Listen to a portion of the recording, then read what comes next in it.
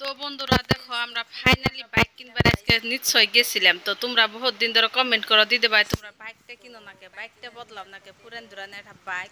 সেই জন্য আজকে কইলাম কি আজকে শোরুমে যাই, হাউলি শোরুমে গেছিলাম। তো শোরুমে গেলে আহার পথে আমি কি কি বাজার করলাম সেটাই তোমাদেরকে আজকে দেখাবো। তো বাজার করতে আমি বেশি কিছু নেই নাই। তো দুইটা ছেলের নিকে 4টা পেনি কিনছি আর দুইটা নিজের জন্য ওড়না কিনছি।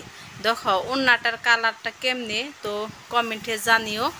তো তারপরে আমরা বাইকটা দেখামো ফাইনালি। তারপরে আরেকটা বস্তু কিনছি, দেখো চপ্পল কিনছি, নিজের নিজের স্যান্ডেল কিনছি এক জোড়া। তো সেই স্যান্ডেল জোড়া কেমন লাগছে সেটাও বইলো।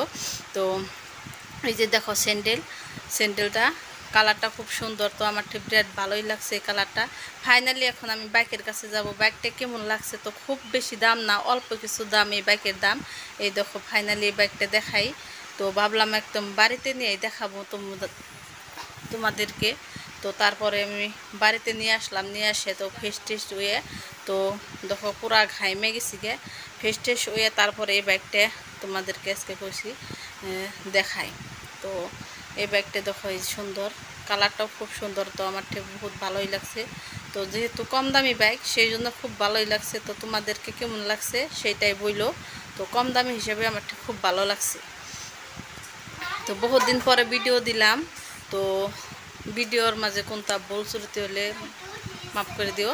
তো ফাইনালি এই আমার ওড়না দুইটাতে আমার রেড কালারটা খুব সুন্দর হয়েছে, সেই জন্য বারে বারে তোমাদেরকে দেখাইলাম। তো ওড়নার কালারটা কেমন হয়েছে কমেন্ট করতে কিন্তু বলবা না।